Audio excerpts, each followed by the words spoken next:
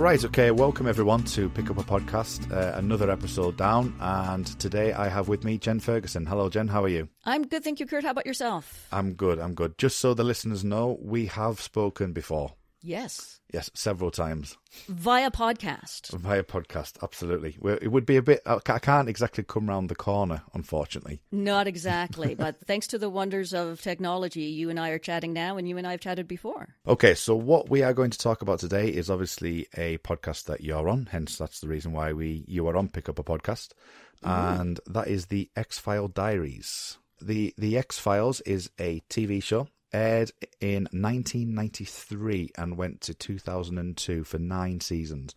Between seasons 5 and 6, there was a feature-length film, and a second sequel with a separate story came out called I Want to Believe in 2008. In 2016, it came back for what was called an event series, and that had 6 episodes. And then we finally had a final series, which was in January this year, and that had some interesting comments to talk about. So I'm sure that X Files Diaries are probably going to pick that up at some point, I would assume. Yes, definitely. Excellent. Okay. So the TV show itself was a show that was on Fox. It had 2 main characters to begin with, who were Dana Scully and Fox Mulder. Fox Mulder, when he was young, had a sister who we believe was abducted by aliens, and his quest was effectively the main driving force of the show.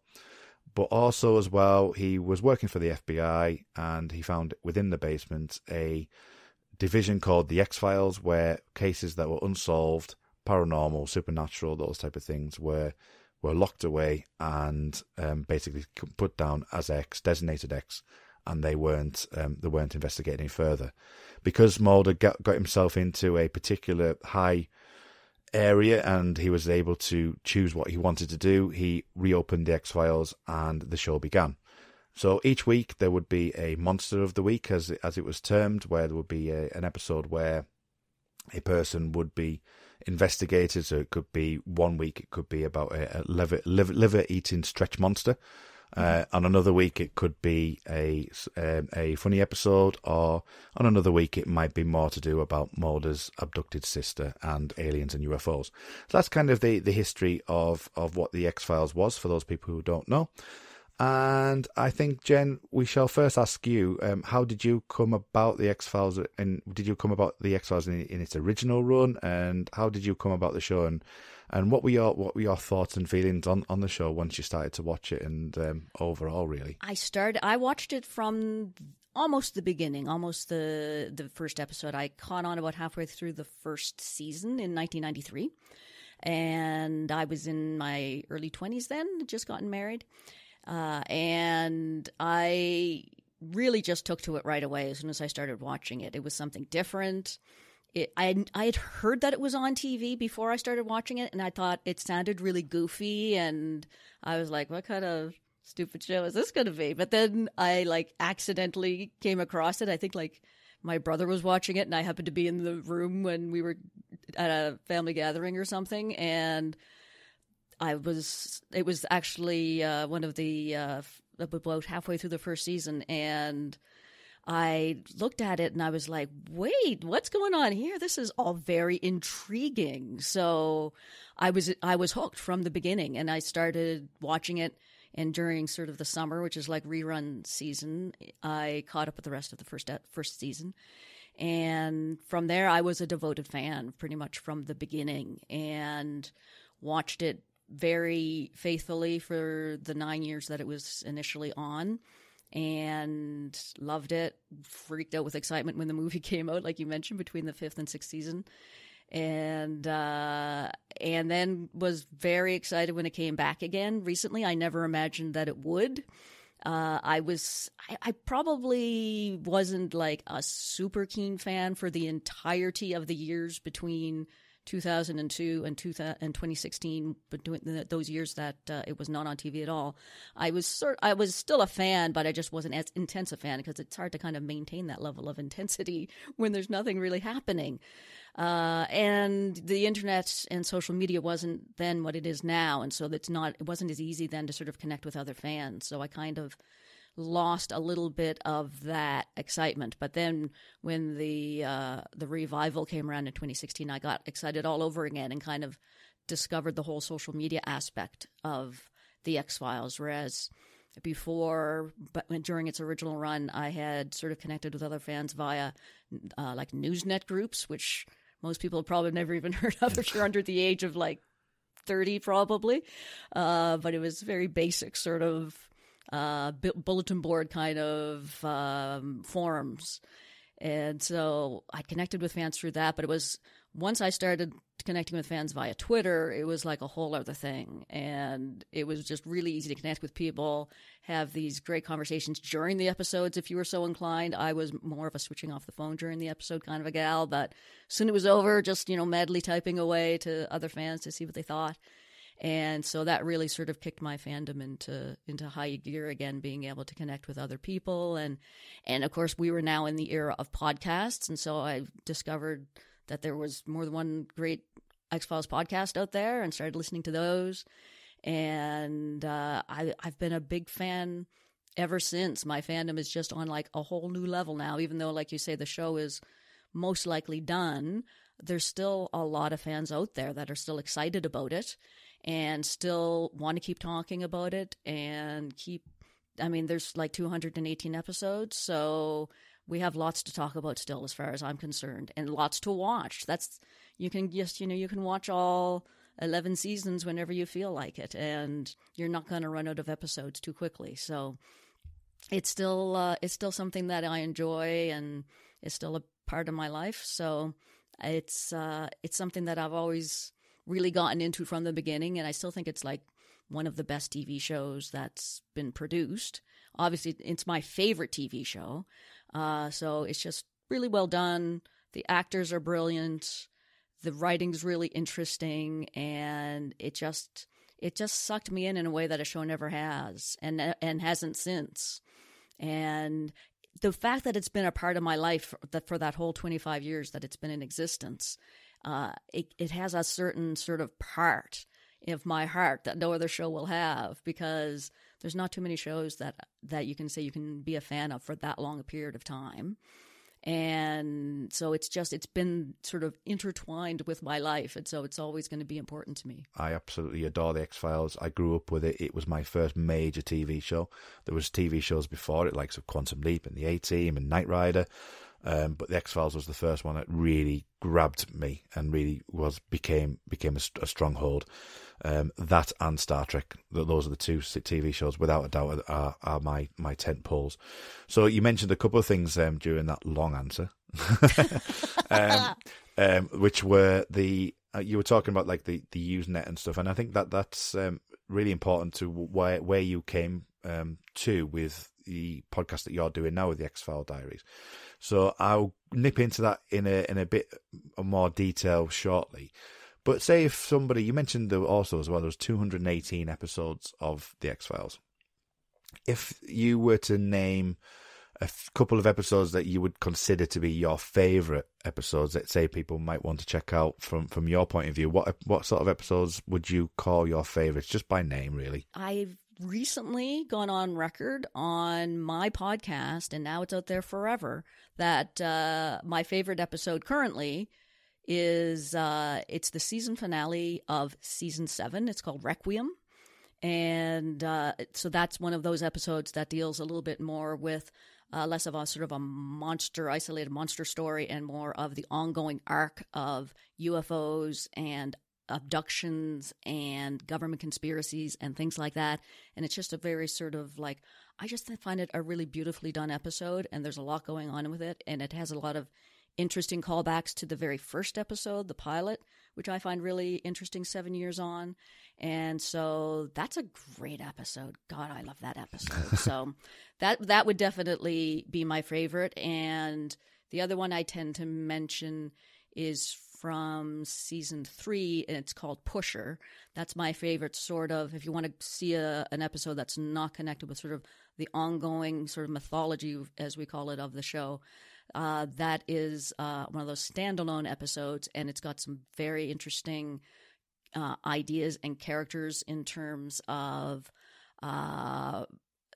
people's relationships with each other, in terms of ideas of how brains work and things like that. And it's really, really interesting, really well done, very tense. Yeah, I mean, Pusher for me is an episode. It's a tight thriller and could have easily been a movie on its own. Yeah. And it could have. The X Files over the course of its run got this this feeling that it could be a movie of the week. It got recognised as something that was done so brilliantly that you could nip in and out when you need to. But Pusher is definitely one that, if you haven't seen it, any of the show, it's definitely an episode to jump in on, because you don't necessarily need to know what's happening around them.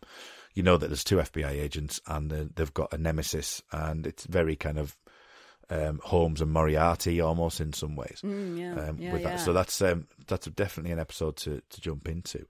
We have discussed this in the past between us through different means on a podcast called the X Cast, which I will always point to as the X Files podcast of podcasts, as well as X File Diaries. But we'll get into reasons why I'm not so au favour with X File Diaries.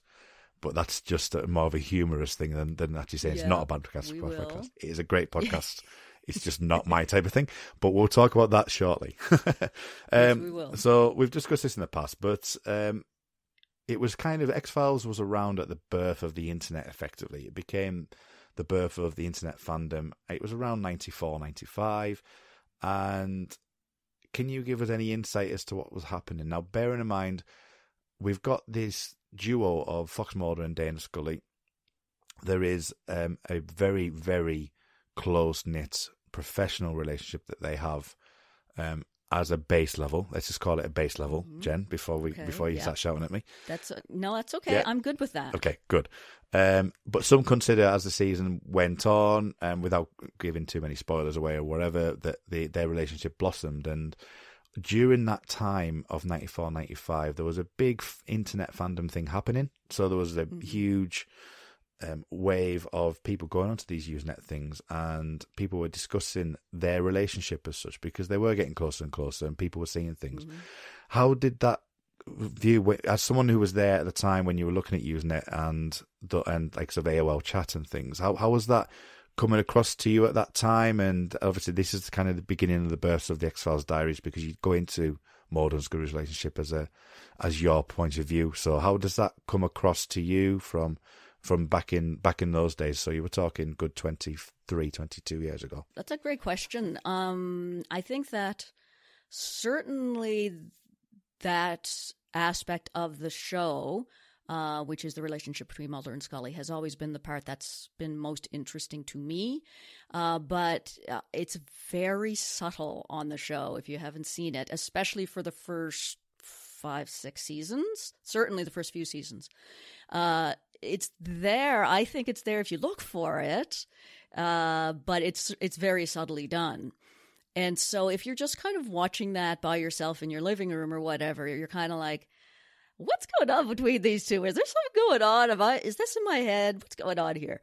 That's where Usenet came in for me. Is I'd go on, stumble across, the alt.tv.xfiles group, and people were talking about it, and it turned out, lo and behold, some people were seeing the same thing that I was, which is, hey, I think there's a little something going on between those two. I think there's something happening here. And it was just like so great, like, that feeling of I have found my people. Like, finally, someone actually is seeing this the way I'm seeing it. And so we could sort of pick apart the show from that point of view. We enjoyed all aspects of the show, of course, all the plots, the government conspiracy. I'm into all of that, but the relationship between Mulder and Scully was always the part that most intrigued me. And so after every episode, you could sort of jump on Usenet and say, okay, did you catch that little look between them at like about halfway through the show? And what about that? And what do you think he meant by that? And so that aspect of it was the part that I was sort of most interested in kind of analyzing and picking apart. And lo and behold, there was other people out there that wanted to do the same thing. And it was just a happy discovery.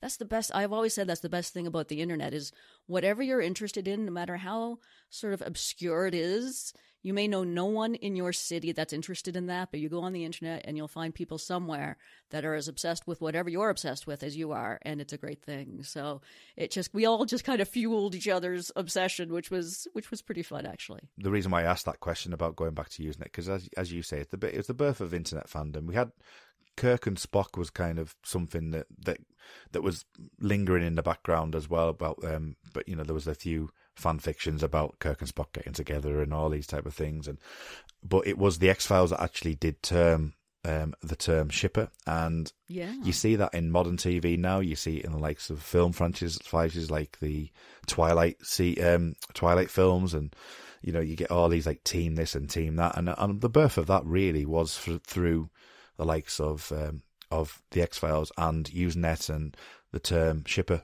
became what it was. So this brings me to your podcasting days. So let's jump forward 20 odd years. Yeah. Okay. So the X Files Diaries. Can you give us just a general overview of what the X Files Diaries is, who's involved, and what you generally are talking about at the moment, and a couple of episodes that have been aired already? X Files Diaries actually started as a podcast a couple of years ago, hosted by a trio, Annie, Nick, and Charlie. And they did a sort of a fun podcast where they were basically going through the episodes of the revival for the most part. And as it started at the same time as the revival of 2016. And so they did sort of fun episode discussions on a weekly basis while the show was airing for the most part. And then picked it up again with the next go round of episodes this year. And then Nick and Charlie, once the X-Files stopped airing, had sort of other projects that they wanted to pursue, other podcasts, and the future of the X-Files Diaries was somewhat in question at that point. And it just so happened around that time I started thinking about doing a podcast with a considerable, but not entirely, but considerable emphasis on the shipper perspective. Yeah. And I thought, it was just kind of a thought of how could I make this happen? And I noticed that X-Files Diaries had looked like it wasn't really producing too many episodes. And I knew that Annie was of the three hosts, she was definitely the shipper. And it was around that time she happened to contact me because she'd heard me on the X-Cast talking about shippery things, as I always do whenever given the opportunity. Yeah. And she said, "Oh, hey, I heard you on the X-Cast. That was really great." And I said, "Hey, while we're chatting, are you interested in, starting the X-Files Diaries back up? And would you consider co-hosting with me?" And to my great delight, she was very enthusiastic. And so we kind of took on the X-Files Diaries, took it in a little bit of a new direction, with both of us sort of, having this sort of shipper perspective.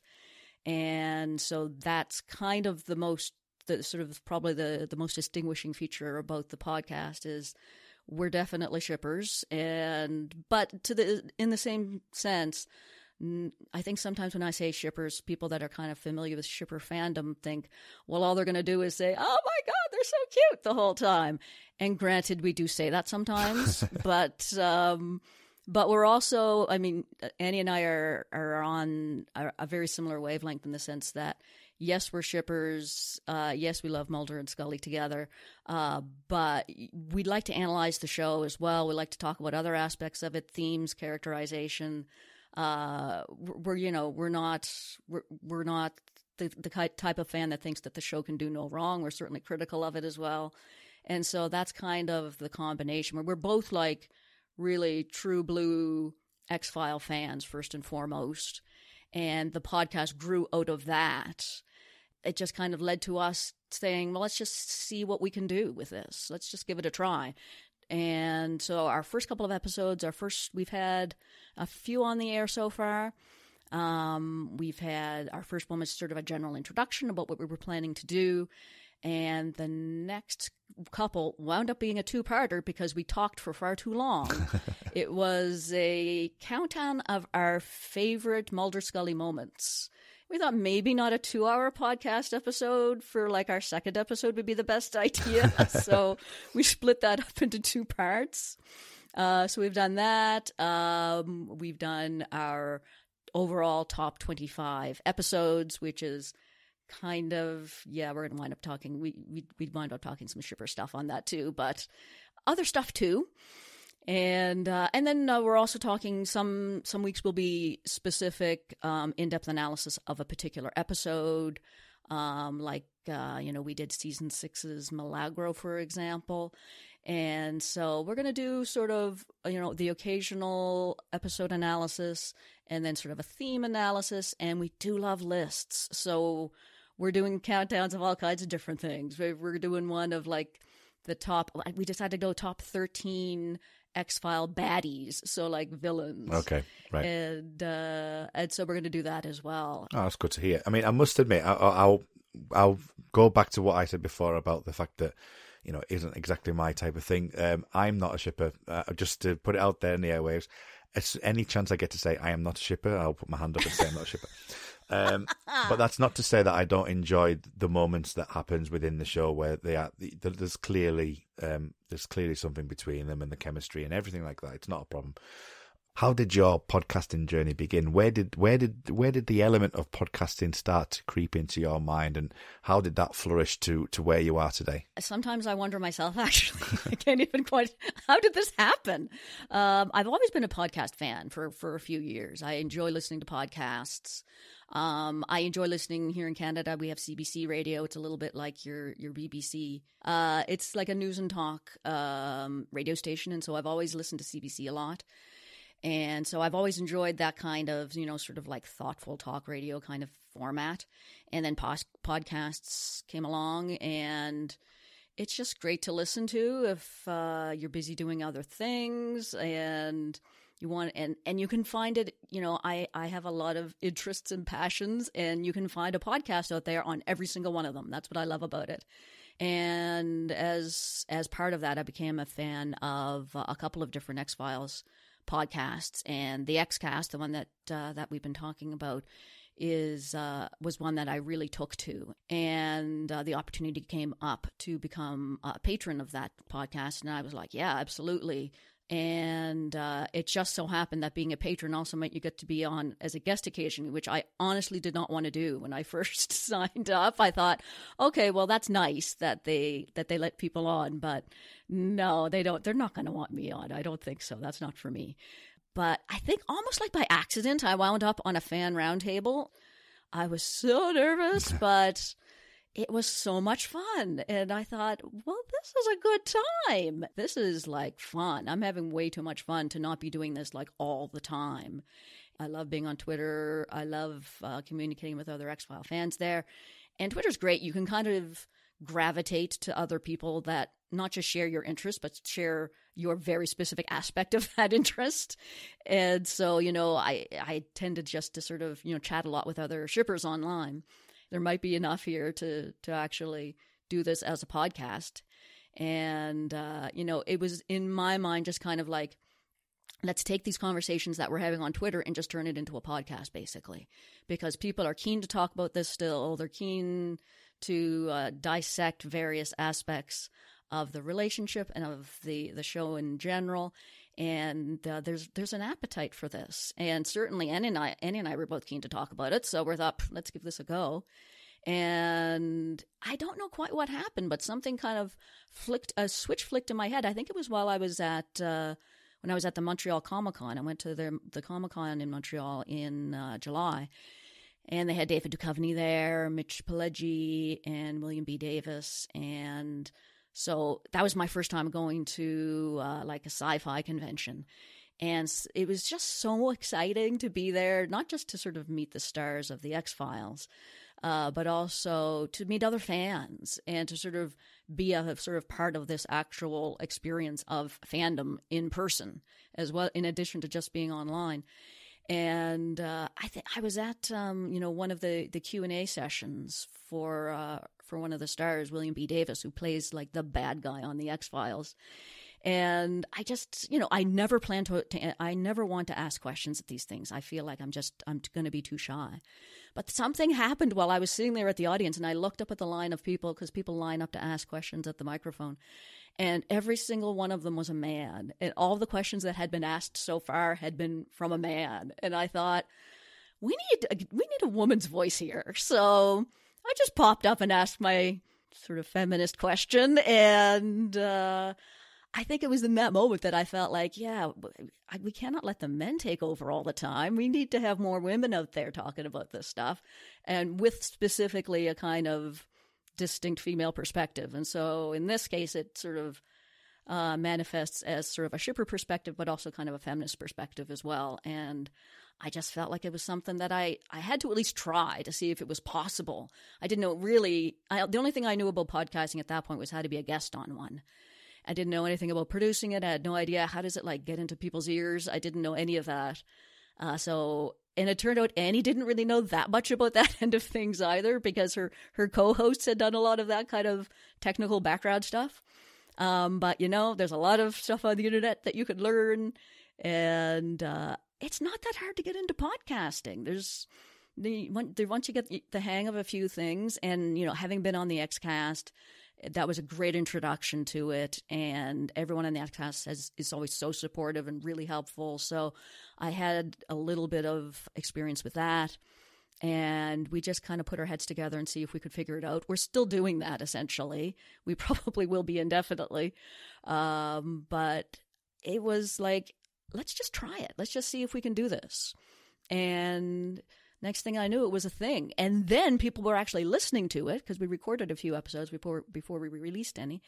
And it was like my mind was blown that people were actually listening to me talking about the X-Files. And I was so happy. I mean, it had happened before. I'd been, a guest on the Xcast a couple of times. But when it's your own show, it's kind of different, because you're doing a lot more talking, for one thing, and it's it's your passion, it's your specific. Everything about it is you, not just the content of what you're saying, but the way it's put together, the way it's released, the way it's edited. Everything says something about you, and to have people consuming that was like terrifying at first, and super exciting, because we all have sort of hobbies and passions that we're interested in, but we don't get a chance often to really share it with a wider audience like that. And the idea that that I could sort of be a part of someone else enjoying the same thing that I'm enjoying was just so exciting. What equipment did you use, and have you improved on that? I've spoken to Mike White of the Projection Booth recently for the first episode, actually, as it happened, and he did a book which was how to podcast on $60. And it's interesting from your point of view as a relative newbie. I'm the same vein as you mentioned with the Xcast, and I was on a podcast just before that as well, which I've been on. So about 18 months that I've been doing this. But my background is in music and is in stage performance and disco DJing and things like that. So I've got a bit of a performance background anyway. But the equipment is something that I'm really keen to push for people, because you can do it relatively cheaply. How did you start out, and what improvements have you made, and where are you in the podcasting journey? Because I was speaking to Mike the other week, as I say, and he says, even himself, he said, ideally he's someone that's well known, critically acclaimed, and has still not created a little room for himself, a soundproof room and a mixing desk that you would sometimes need for professional stuff. But he's got 300 episodes under his belt. So I was just wondering where you are in that line, and how did you start off when you first came onto your first podcast? I agree that you don't need a lot to get started. I still don't have very much in terms of equipment. My very first podcast opportunity, I strictly just used the internal mic on my Macintosh computer as my mic, and I sort of played around with it a bit to try to get it sounding half decent, and I think probably the editing process made it sound even better. So, but obviously not ideal in terms of the sound. And then I wound up with I needed a new headset anyway for my computer. I was thinking of getting one. And so I got like a headset with a mic attached to it. And so that was kind of my next step. I still wasn't like totally happy with that because I'm quite particular about sound quality. And it was kind of like, yeah, no, this is not quite doing it for me. And around the time that I started thinking about, hey, maybe I'm going to do my own podcast, I bought an actual proper microphone. It's not like a super expensive microphone. I think I spent like $70 for it. And I bought a little arm to put it on. That's my big cash outlay, the arm and the mic. And I think we bought like one kind of software, and everything else is free for the most part. And that's it, and that's good enough. I mean, honestly, our recording at this point is still pretty basic. My co-host Annie is in California and I'm in Alberta, Canada. And so we just talk to each other over Skype, as you and I are doing now. And we just record it that way. And I'm always amazed that it sounds as good as it does, because I'm like, that actually sounds like a podcast. Like I'm just sitting in my living room here. And we're not using mixing boards or anything like that. I really don't know much about sound mixing, so I am just doing the basics. And we have one computer in the house. My husband and I, we have phones and tablets, but we only have one actual computer. And so whenever it's podcasting time, I have to like kick him off the computer. Yeah, you have to put your schedule in. I'm doing this at 9 p.m. today. Exactly. And it's like, you can be in the house, you just can't make any sounds. And which is like, he usually just leaves. So which is what he's done this afternoon. Get the dog settled. That's the next priority. So he's not going to be like barking or getting wound up or anything like that. So, it's and so every time I do an episode, I have to essentially set up all my equipment and then take it down again, because this is our sort of shared computer desk. And it would be kind of a hassle to have a microphone in your face while you're trying to just work on the computer. And my husband works at home a bit too, so he needs the computer for work. So, luckily I have a mic stand that easily swings out of the way. And then so every time it's time to record, I put it together. And when it's time to be done, I put everything away. And so, yeah, I just dream of the idea of just having a room. I mean, soundproof would be awesome with like really great acoustics, but I'll just take a room at this point that has a computer in it and a microphone set up all the time so that I wouldn't have to keep taking it down and putting it up. That would be really nice. And like, I would just have like X File stuff all over the walls. This is like my dream room. I'm still thinking about it. Maybe I'll convert one of the basement rooms into this, because I figure basement would be like the quietest part of the house, probably. Well, I think that's fantastic. I mean, I've got my own little DVD room, which has got books on bookshelves and DVDs all over the place of TV shows and films, and I just use that room. But again, because I'm a bit techie, I like my tech. I've got old computers left, right, and centre. I've got phones that I don't use anymore, and all that type of thing. So I've got a mixture of everything, really. I'm on 3 screens as we speak at the moment, which is always great. Wow. So yeah, but you don't need that for a podcast. That's just me being me. No, that's just me being me. Yeah. So going back to your podcast, as we start to think about sort of wrapping everything up, you've got the obviously the Mulder and Scully relationship. Basically, it's an X Files podcast. You've got episodes on various different top lists, and you've got episodes on certain themes. And what do you have coming up in the next few weeks, few months that you could tell us about?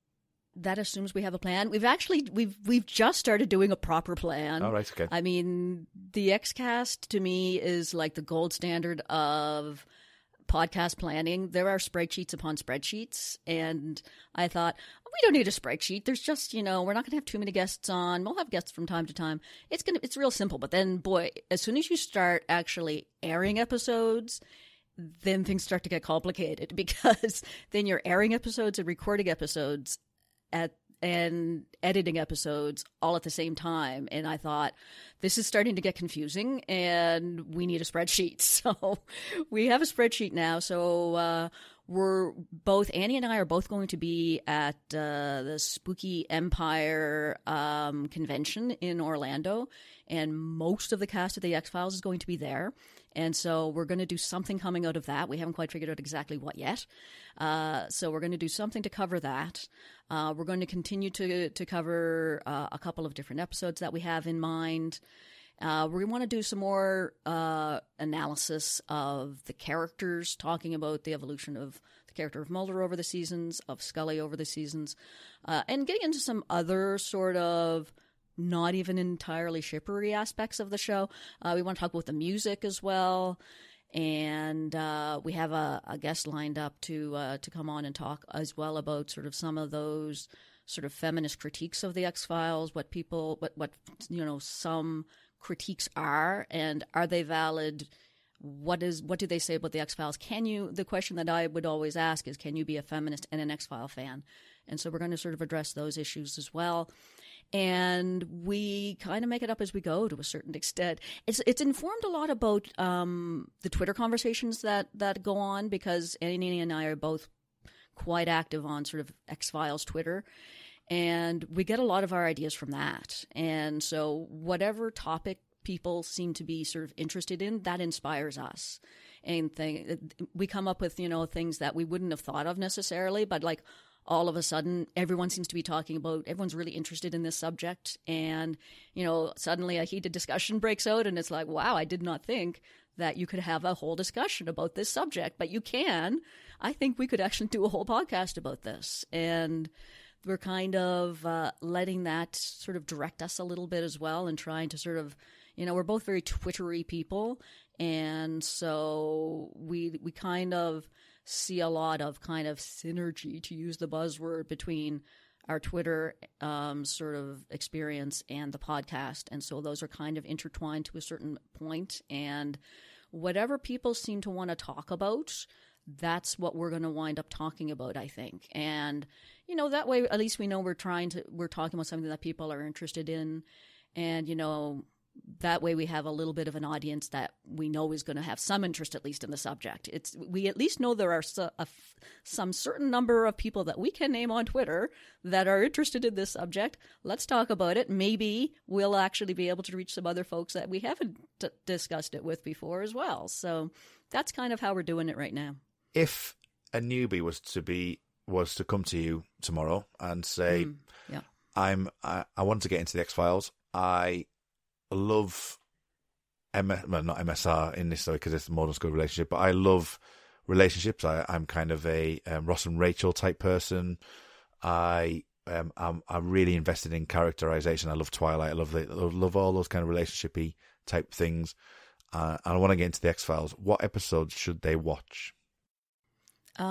Great question. I'd say, and this might sound a bit strange to some shippers out there, but there's a lot of shippiness action happening right from the get-go in the X-Files. So there's a lot of good stuff to pick from in season 1.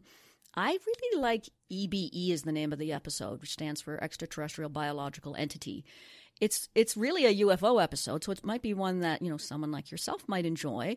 But there's a lot of really interesting undercurrents in that episode about themes of trust and sort of mutual support that is really at the heart of the Mulder-Scully relationship. I see a lot of that in that episode.